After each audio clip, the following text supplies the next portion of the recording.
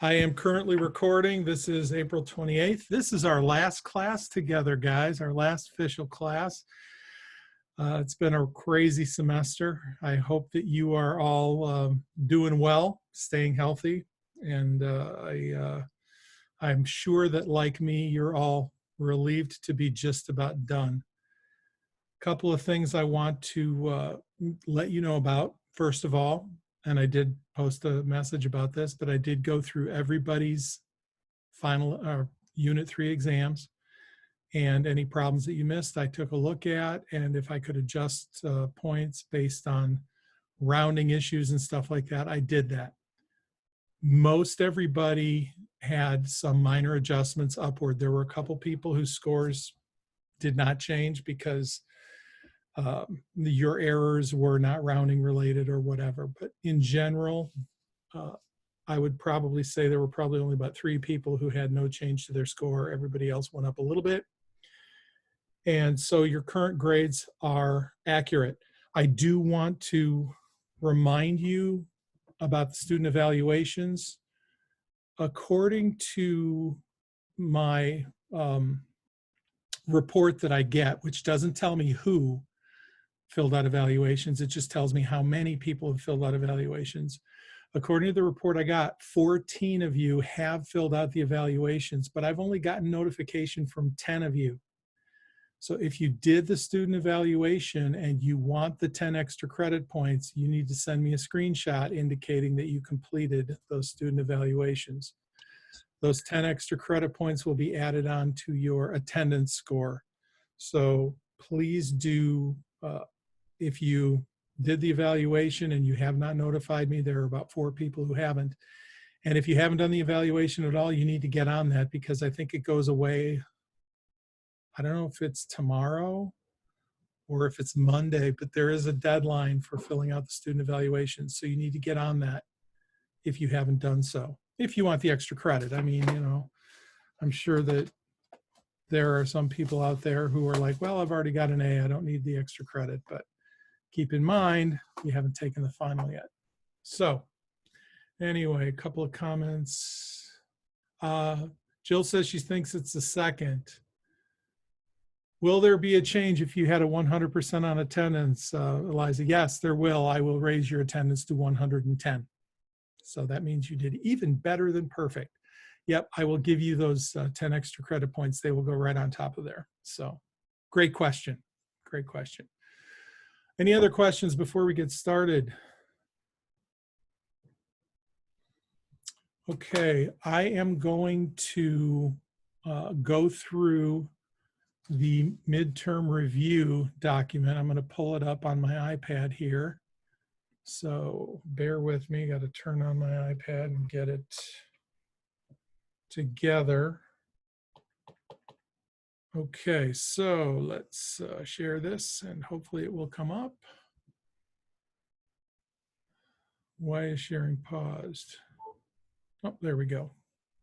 All right. So hopefully you guys can see that right there. That is the midterm review document. And I want to highlight some things on it generally before I hit some specifics. And once I'm done with hitting some specifics, I'm actually going to, I have your final exam right here in my hand. And I'm going to tell you how many problems are on the final exam, what types of problems are on the final exam, and so forth. So let's go ahead and highlight general groups first. I want you to notice that the first, let's see, the first 10 questions are all related to geometry. So that goes back to chapters 9.3 and 9.4, I believe. That's all geometry. And then problem 11 is about sets. Problems 12 and 13 are about sets too, but these are Venn diagram problems. We're going to come back to these. Don't worry, I'm not going through it all this fast and dumping you out, but I'm just trying to highlight the types of problems. So 12 and 13 are Venn diagram problems. And then problems 14 through 20 are counting problems. Now, I believe it's problem number 20. I want to look at that solution because one of my other instructors indicated to me that problem number 20 solution was wrong in the back, and that's entirely possible. So we will check on that. But then problems 21 through 24 are in finding the mean, median, mode, variance, standard deviation. And then 25 and 26 are going to use the normal curve. I also want to point out to you that all of the solutions are in the back. They're at the back of the document. I hope that you've printed this document out. All the solutions are there and they're done for you in pretty good detail. Problem number 20, yeah, problem number 20 right here. I believe, I'm doing this off of memory, but I believe that the solution to number 20 is 4,000, not 7,776. I had made a change to that problem and I forgot to change the solution. So I believe that the answer to number 20 is 4,000. We'll take a look at that together. But anyway, so that is the general outline of the midterm review. Now I'm going to highlight some specific things to look out for, and then and I'm not going to work out every problem because it's worked out in detail, but I want to highlight some things that you should be aware of and strategies that you can use for solving things. Then we'll go to the final exam and I'll say first couple problems are like this, next few problems are like that, and so forth. So problem number 1, I want to point this out to you. It's very important, and I'm going to use red. I love my new iPad. Anyway, so in problem number 1, it asks us to find the perimeter and the area. Now the area of this is going to be found by finding the area of the rectangle as well as the area of this half of a circle. And they give you the dimensions for this thing. They tell you that A, B, and C, D are the same and that they're both 10. And so that's 10, that's 10.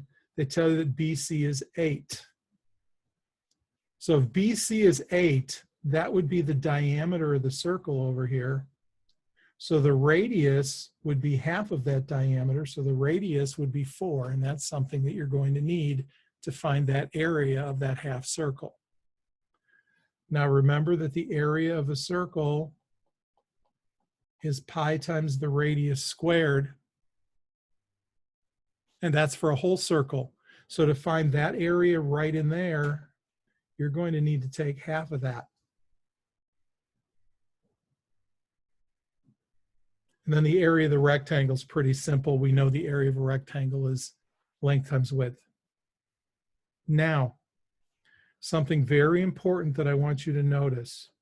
I'm going to do this in blue because I want to make, and I'm going to bring in the ruler. When you are asked to find the perimeter of this shape, okay, and it does ask us for the perimeter right there. When you want the perimeter, it's obviously going to be this side and this side and this side, and then it's going to be that edge right there in blue. Folks, that is the perimeter of this shape. Notice the perimeter does not include this. That is not part of the perimeter. That is not part of the distance around the outside. This is a common mistake on a shape like this. And I can tell you, well, let me just put it this way. This would be a very good problem for you to know how to do for your final. I can't make it any clearer than that. But you should know how to do a problem like this. And if it asks you to find the perimeter, this is not part of the perimeter. So there's a strategy there for you to take into account. By the way, feel free to screenshot these if you want to. I'll try to remember to maybe save this and post it or whatever with all the markups on it. anyway, so erase that. Okay, and now let's look at problem number 2. Problem number 2 asks you to find the area and perimeter of the figure below.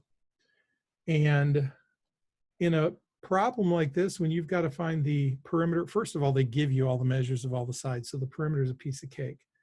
It's the area that's a little bit rough. What you should do to find the area of something like this is you should break it into a couple of shapes. Okay, so for example, if you break it into 2 shapes, okay, oops, making the ruler go away. So if you break this into 2 shapes, now find the area of that triangle, and then find the area of this rectangle, and add those together, and that will give you the area of the entire shape. Another way you could have gone, it's a little less obvious and probably a little more complicated, is that you could have, instead of dividing it into a triangle and a rectangle, you actually could have divided it into a trapezoid. You can see that this whole shape right here is a trapezoid. So you have a trapezoid here, and then you have a rectangle here,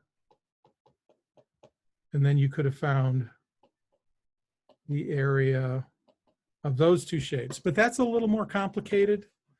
I'm just showing you different options. I want you to understand there's more than one way to go. A third way you could have gone, and it's pretty obvious here, is you could have found this triangle.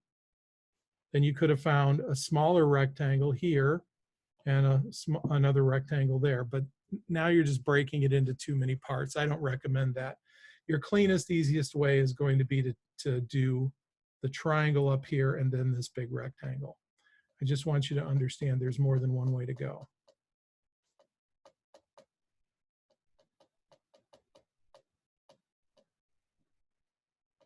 Okay.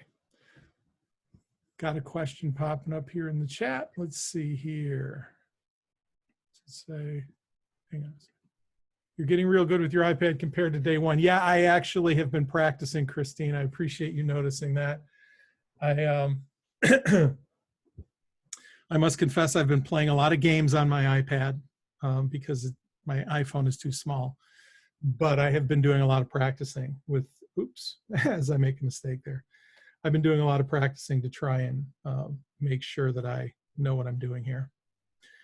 I'm not going to go through every problem, but just some of these I want to point out. So on problem number 3, I want to point out to you, it says how many feet of fencing is needed to enclose the area.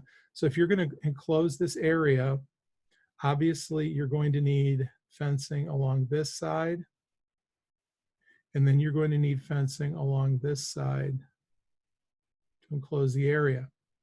Now they tell us that AB is 20 feet, okay? And remember, AB is that side, okay? And that is the diameter, okay? That's the diameter of that circle. It's actually a semicircle, but that's the diameter. So then the radius would be 10. And you need the radius in order to find the circumference, which is along here. Remember, the circumference of a circle is 2 pi r, but of course you're only finding half of the radius, so you would actually divide that by 2. So this semicircle's circumference, if you think in terms of canceling stuff out, these 2's cancel, so the circumference of that semicircle is pi r right there. So you're going to find that length, and then you're going to add the 20 to it, and that will give you the total length of that shape.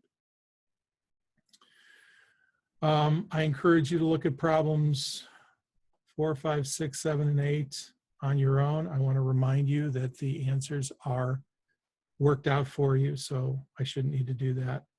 Number 9 as well. Problem number 10. I'm just going to put a star on this and leave that right there. Not going to say much more about it, but I don't frivolously put a star on problems like that. So you should know how to find the volume of that, in this case, triangular prism. Now, in problem number 11, I'll tell you right now, you are going to have a problem virtually identical to this on your test. You're going to have a problem that gives you a universal set. It's going to give you some smaller sets. And then it's going to ask you to do some operations like these. Make sure you know what the complement is. Know what this symbol means right there. That's the subset symbol. And you need to be able to tell me why something is or is not a subset. You also need to be able to list subsets. You are going to have a problem virtually identical to number 11 on your test. You are also going to have a problem virtually identical to problem number 12 and problem number 13 on your test. In fact, when we get to the final exam here in a few minutes, I'll tell you the numbers of the problems. I'll say, this is like problem number such and such. So you can actually be really prepared knowing going in which problem is like what. All right. These are counting problems. So this is chapter 12 stuff. All right. Remember the fundamental accounting principle, especially on number 16. If a restaurant is offering a lunch that consists of a salad, entree, dessert, and a beverage, how many different lunch specials can you order? Well, there are 3 of this, there are 4 of this, there's 2 of this, and there's 3 of this. So the number of different lunch specials would be, try and get a finer point here, 3 times 4 times 2 times 3, which is 72, I believe. So that would be the answer there. And then in part B, if the chef decides to offer vegetable lasagna as an additional entree, so just added in an entree, you do the same thing with the fundamental accounting principle. In letter C, if the restaurant runs out of meatloaf and potato salad, okay, so now there's no meatloaf, now there's no potato salad, how many different lunch specials could still be ordered? By the way, I just realized on part C, don't assume that vegetable lasagna is still part of the entree option. Don't assume B goes into C. Just start fresh from the menu. And if you're not clear what I mean on that, I can clarify later. All righty. Oops. Here I thought I was getting better, and then I just, how do I close that?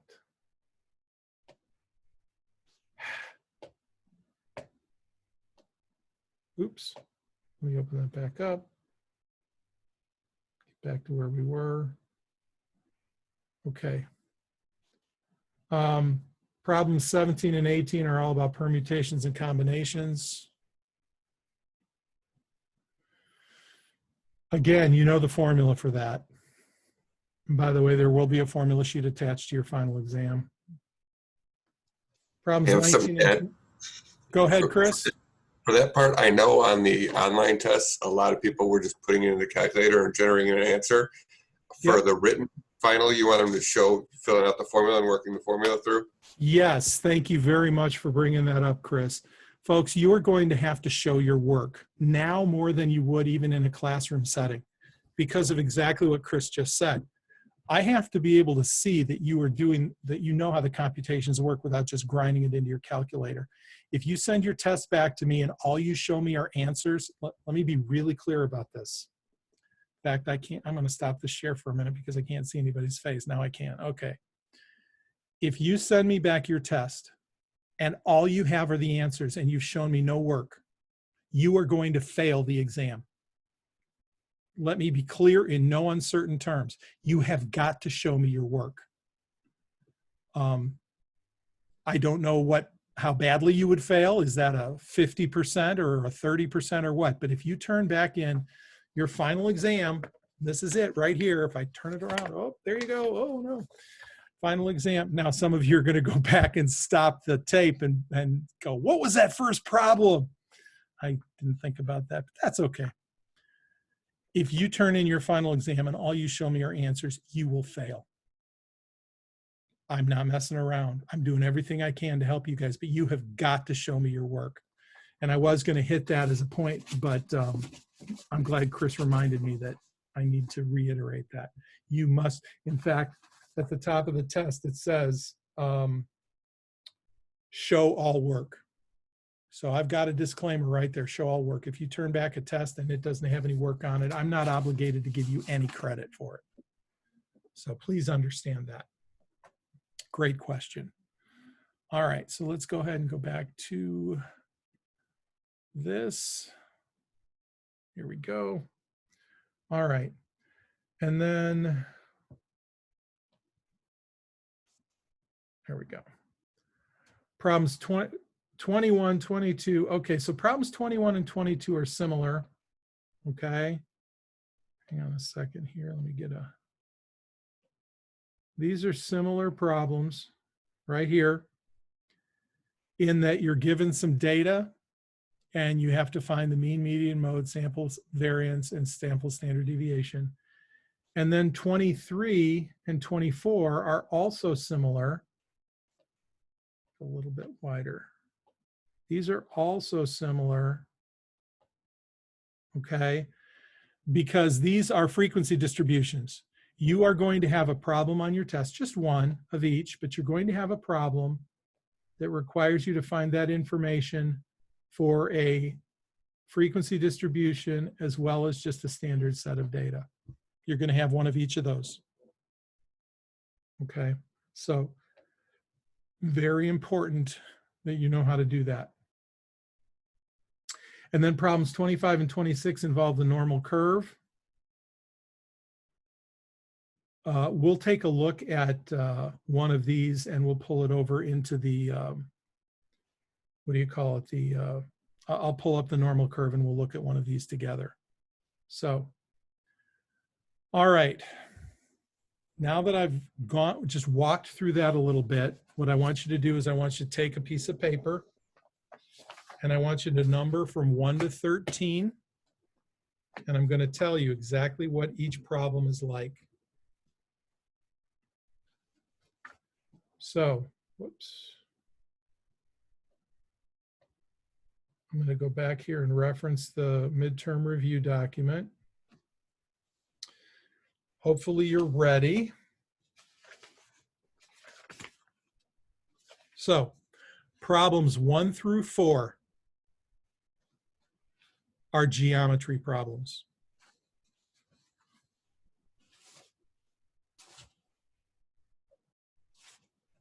One through 4 are geometry problems. I want to remind you, looking back at the midterm review, I put a star next to problem number 1. Very important type of problem. I also want to remind you that I put a star next to problem number 10 on the final exam review. So in the first 4 problems, I can tell you, you're going to have a problem similar to number 1, and you're going to have a problem similar to number 10 on the final exam review.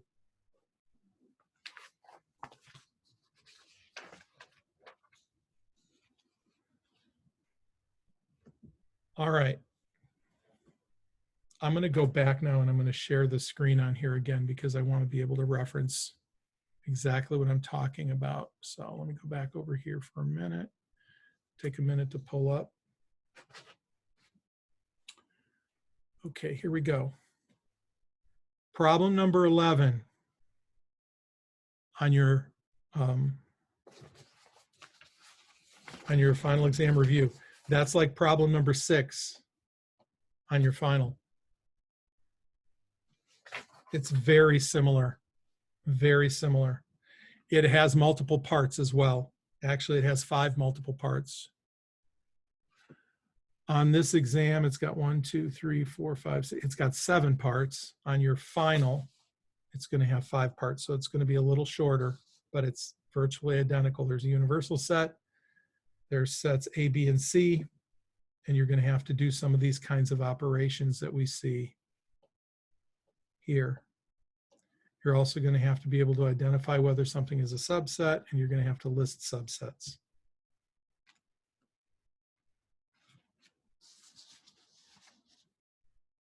Now, problem number 12 is like problem number 5 on your final.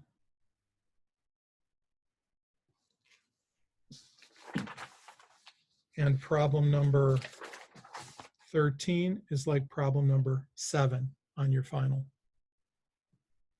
So I'm giving you some very specific information here. I don't want anyone to get the exam and freak out and be like, oh my gosh, this isn't what I expected. If that happens, if a student gets an exam and they're like, this is not what I expected, either I have failed to communicate or they have failed to comprehend, and I'm doing everything I can on my part to make sure I'm not failing to communicate. So,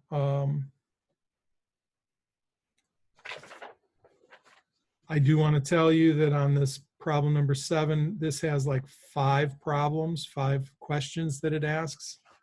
On your test, there are only 3 questions.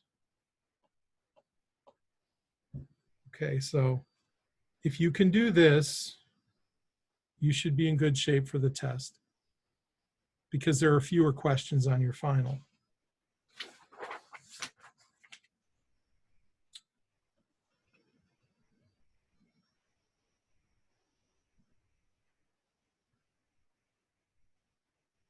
Going to the next page, you see these 2 questions right here that's 19 and 20? That's like question number 8 on your final.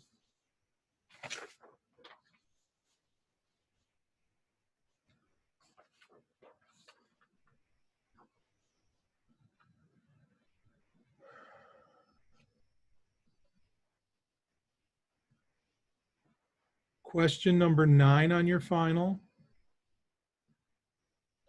I'm going to erase something here. Just this. It's kind of in the way. And that. So, question number 9 on your final is similar to number 16.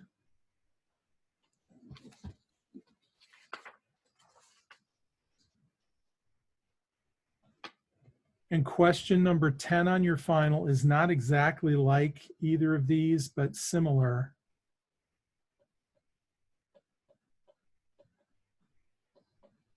Number 10 is similar in that it's a counting problem along those lines. It's going to make you think a little bit, but it's not terribly hard.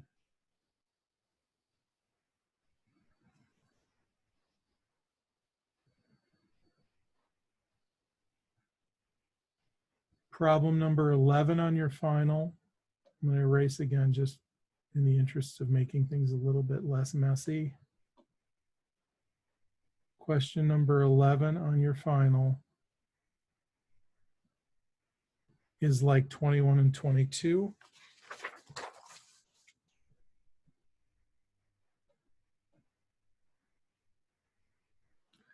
Question number 12 on your final is like 23 and 24.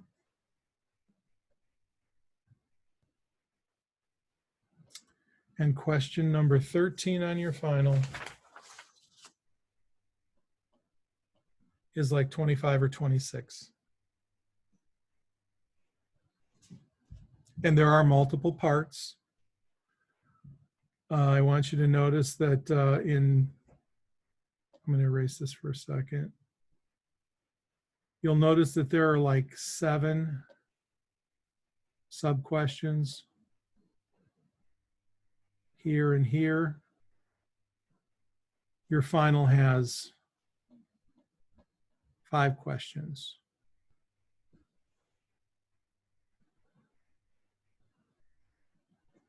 So that's what your final looks like.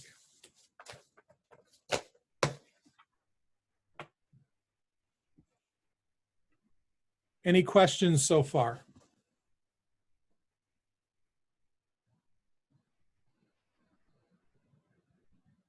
Okay.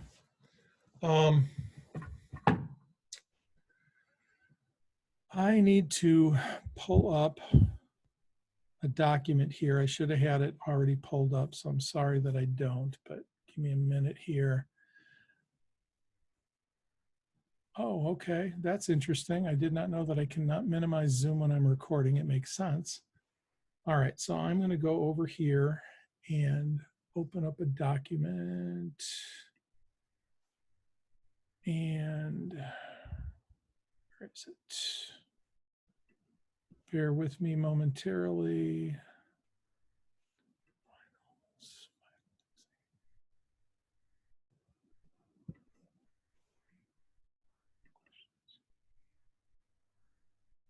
Okay. Yep, that's fine.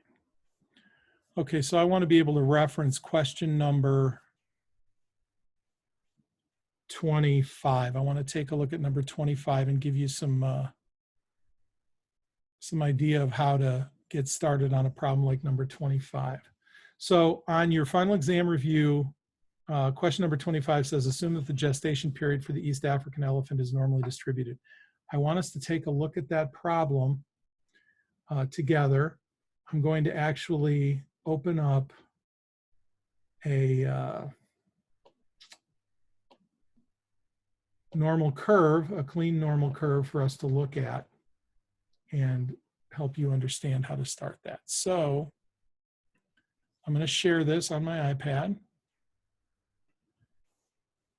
because I didn't think to print out an actual copy of the midterm or the final exam review. I just have it on my computer, so that was my bad. All right, so hopefully you can all see the normal curve there. And we're going to mark this sucker up. Can you guys see that okay, I hope? And I'm going to show you how to start a problem like this. Oops, sorry. So let's look at problem number 25. It says, assume that the gestation period for the East African elephant is normally distributed with a mean of 410 days and a standard deviation of 30 days.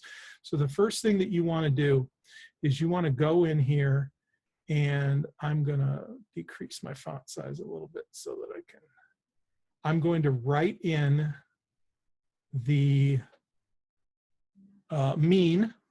And remember, the mean goes at 0, and that mean is 410. I've written that in. Hopefully you can see that because I'm actually looking at the question, but it looks like it's sharing it. Okay, so let me, okay. Yeah, so there's the 410. And then it says it has a standard deviation of 30. So that means going this direction, you're going to add 30, add another 30, add another 30. And then going to the left, you're going to subtract 30. So that's 380. This would be 350. And this would be 320. Now, on your final exam, you're not actually going to have the normal curve diagram. You'll need to draw it yourself.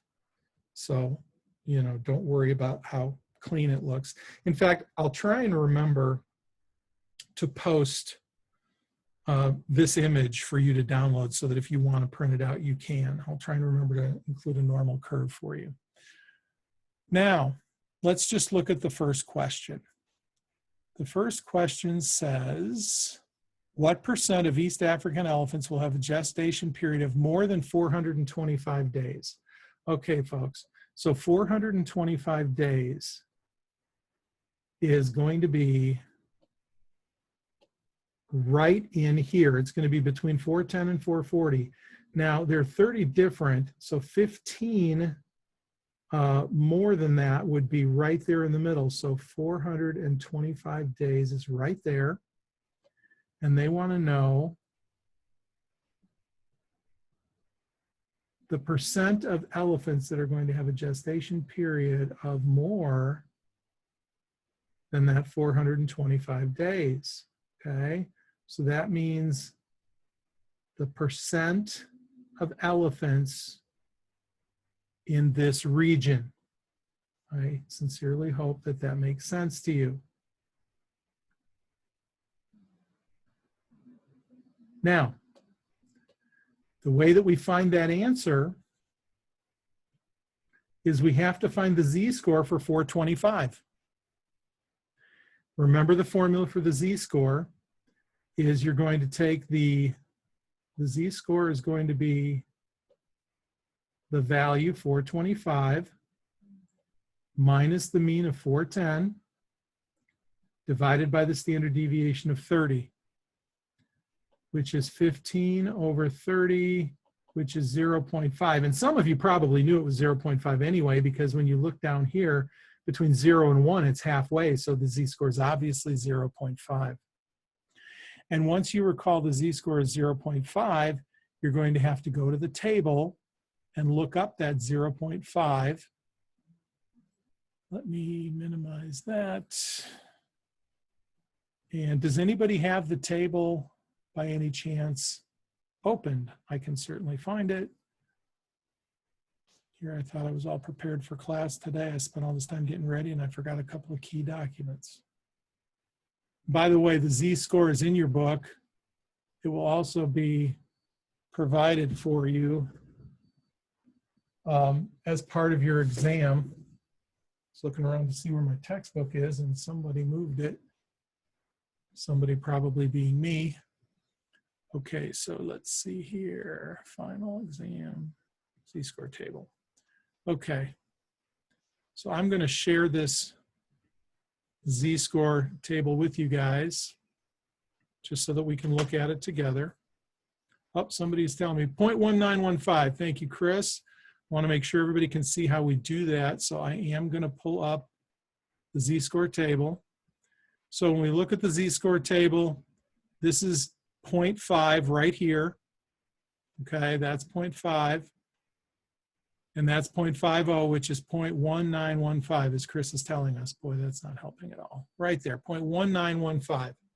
So going back to the iPad, that means, come on, here we go. That means that this area in here is 0.1915, which, by the way, folks, is 19.15%. Your test does ask for it in percent. That's the opposite area.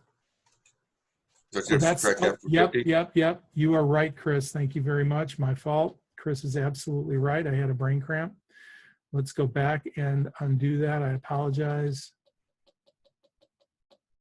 The 0.1915, I'm going to do it in a different color. The 0.1915 is this. This is why I am going to change Chris's grade in my class to an F, so he cannot graduate, so that I can keep him as my supplemental instructor forever. Anyway, my bad. Chris is absolutely right. And by the way, no, I'm not really going to do that, in case anybody was wondering. But the 0.1915 is that green area. Remember that our z-score area is the area between the mean, which is here, between the mean and the value. So that's 0.1915. I want the red area. So what I need to do to find the red area is I need to take all of the data under the curve. Now remember, under the curve, this is 50%. Half of the data is to the right of the mean. The other half of the data is to the left of the mean, 50% on each side. So to the right of the mean, 50% is 0.5000. And what operation do you think I need to do in order to find that red area? Anybody? You can either shout it out or you can share it in the chat. Or I can just tell you, but that's not as fun. Okay, we got somebody responding here. Let's see. Yes, subtract from Haley, Gabby, Jill. Exactly right. We are going to subtract because 50% of the data minus the green area will leave the red area. So when I subtract, that's going to be a 580.3085, which means that this red area is 30.85% of the elephants have that gestation period of at least 425 days. Thank you for calling me on that, Chris. I cannot believe that I just kind of brain cramped on that. I appreciate you pointing that out to me. All right. Let's do another one. Same problem. The same Indian elephant problem. Let me go over here and let's look at letter E. Letter E says, what percent of these elephants will have a gestation period of less than 450 days? So again, less than 450 days. First thing that we need to do is we write in our mean, which I've already forgotten because I'm old. Is it 410, I believe? Yep, 410. So I'm going to write in my 410. And I'm not sure what I'm sharing anymore, so I'm going to go back and make sure I'm sharing the right thing. Standard deviation of 30. So that's 440, 470. Need to get this thing a little bigger. It's not going to let me go any bigger than that. 500. And then this one is asking me to find less than 450 days. So less than 450 days. So 450 is going to be between 440 and 470. Let me grab a ruler here just to put it in there. So 450, there's my line right there. And 450 is going to be everything less than, which is that direction. Now you might be wondering why I'm doing it in two different colors. And the reason I'm doing it in two different colors is because I want to remind you that when we calculate a z-score, we find the area between the mean and the actual z-score. So we need to do two calculations. Now the nice thing is that what percent of the data is in blue right there? Anybody? Type it in the chat or you can say it aloud, it doesn't really matter. But what percent of the data are we looking at there? Yep, 50%, that's exactly right. So this is 50% right there. So then when we find the area in black, when we find this area in here, what operation are we going to use to combine it with the blue area in order to get the total area? What operation will we use? Addition, exactly right. Good, good, good, good. So we need to find the z-score for 450. Remember, this was 450. So the z-score is 450 minus the mean of 410 divided by the standard deviation of 30, which is 40 over 30, which is 1.33. Oops, going off the screen a little bit. 1.33. So we need to go to our z-score table. Again, I'll share that just to make sure that everybody is tracking with that. So we're going to go to our, where did my z-score table go? There it is. So we're going to share that. That's not what I'm looking for. That's not what I'm trying to share. Okay, there's the z-score table. Hopefully you can see that. And 1.33, that's 0, 1, 2, 3. 1.33 is that value right there, 0.4082. So that means, going back to the iPad image, that this black region, come on iPad, there we go. This black region is 0.4082. And when we add that to the 50%, which is 0.5000, when we add that, we get 0.9082, which is 90.82%. 90.82% of the elephants will have a gestation period less than 450 days. So that's a couple of examples that use the normal curve.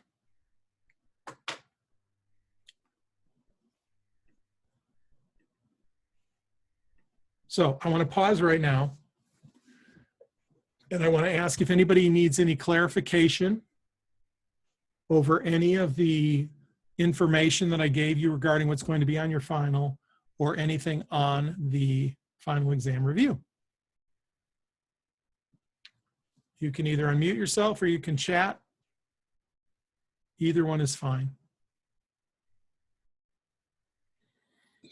Hi, so I have a quick question. Yeah, So, Gabby, go ahead. So just to clarify, we will have like the same thing, like 24 hours to get this in and done and everything, right? Sorry. That's okay. Sorry. That's okay. No, it's no problem. Yes, I will post the exam. I'll probably post it before I go to bed on the Wednesday night, which is the 6th, I think.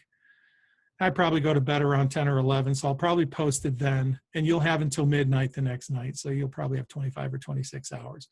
But basically, as soon as it goes live or you see it, you should print it out, get a quiet place in your house that you can, sit down and think clearly. And by the way, if you like to use pencil, this is important. If you like to use pencil, make sure you're using a pencil with a dark enough lead that when you scan it and send it back to me, I can read what you write. Because I've had some exams in person where people write so faintly that I can barely see what it is. So you're going to want to compensate for, if you write small, you're going to probably want to try and write a little larger. If you write light, you're probably going to want to write a little heavier so that I can see the exam. And I'm going to pick on Christine because she and Chris are the only people whose faces I can see. If Christine sends me an exam back and I can't read it, I'm going to contact her and say, Christine, I cannot read page 3. And where will you be sending it to? You will be sending it to me by email. Scan it in and send it to me by email. Yes, you have to show, yeah. Regarding the course evaluation, do you want us to send in any scratch paper we use along with the test? The test is 11 pages long and it only has 13 questions. So what I mean by that is, and this is a great question, Jill, I have left plenty of room for you to show all of your work on the test. If you need scratch paper, it's probably because you are making a huge mess. And since you can print out extra copies of pages, if you make such a huge mess that you need more paper, what I would encourage you to do is just print out the page again and redo your work a little more cleanly so that it's easier for me to grade. I don't want back your scratch paper. Put simply, I want all your work on the test because again, it's already 11 pages. I don't want to have to sift through 6 or 7 more pages of scratch paper. Great question. Nick says, are we going to be able to take a picture of it, then send it by email because I have no idea how to scan it? Yeah, if you want to take a picture with your camera, please be very careful to get the full page in the frame. Don't, here's my phone. Don't hold your phone way up high like this and then send me a little tiny image. Try and, get your camera down as close as you possibly can and fill your screen and then send me an image because if it's a small image, I'm going to have to increase the size. And if I have to increase the size, it's going to look muddy. And I don't want to have to contact 23 people and say, can you tell me what problem number 6 looks like on your paper? Oh, and by the way, once you're done sending me the test, don't throw it away. Hold on to it so that if I need to contact you back, I can do that. And we may have to set up a Zoom meeting. Again, I'll pick Christine because I can see her face. If Christine, sends me, I can't read page 5, I'll be like, Christine, this is my question on page 5. And if we can't get it clear between the two of us, I might say, hey, can you hop on a Zoom call with me so we can talk directly, because I really want to get this clear. I'm going to do everything I can to give you the benefit of the doubt. We're in such weird circumstances now that, believe me, I've always been all about my students' success, but I am bending over backwards in any way that I possibly can to make sure that you guys get full credit for everything that you do. Even if I have to send you my cell phone and say, call me. I need to talk to you. If you can't jump in a Zoom meeting, I need to talk to you. We've got to get this figured out. So yeah, Nick, you're going to be able to take a picture and scan it. Haley says if you have an iPhone, you can go on your notes and click the camera on the bottom of the notes and you can scan it from there. That's very helpful, Haley. I appreciate that. Back to Jordan's question about the course evaluation. When you complete the course evaluation, it will say, thank you for, filling out a course evaluation on so-and-so. Screenshot that and send me the image and you'll get credit for it. If you've already completed it and you didn't screenshot it, go back in, try to take the evaluation again, and it won't let you. It'll pop up and say, you can't do this evaluation again, you've already done it. Then screenshot that and send it to me and I'll know that you've done it. As I said, 10 of you I have gotten emails from that you completed the course evaluation. There are 4 more of you who have completed it and I haven't gotten a message from you. So if by Friday, I guess that's tomorrow, if by tomorrow I haven't gotten course evaluations back from individuals, I will contact you and let you know. In fact, if you guys will sit tight for 1 minute, actually I have it here on my computer. I'm going to pull it up. I have it on my computer and I'll tell you who I have course evaluations from. Judy, hang in there. I'm going to tell you right now who I got course evaluations from. And I know some people are not here, and that's okay.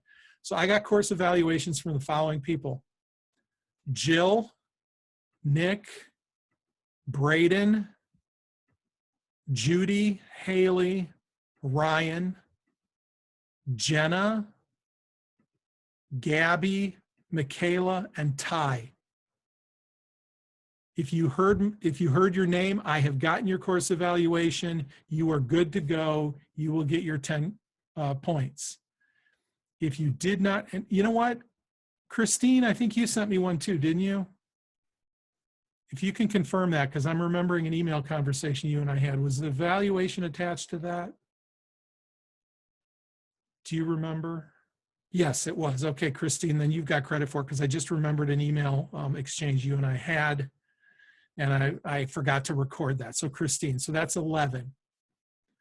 So then Ahmad, Melanie, Nina, Jason, Leslie, Chuck, Jordan, Alexis, Amy, Rena, and Eliza. I have not gotten evaluation confirmation from you.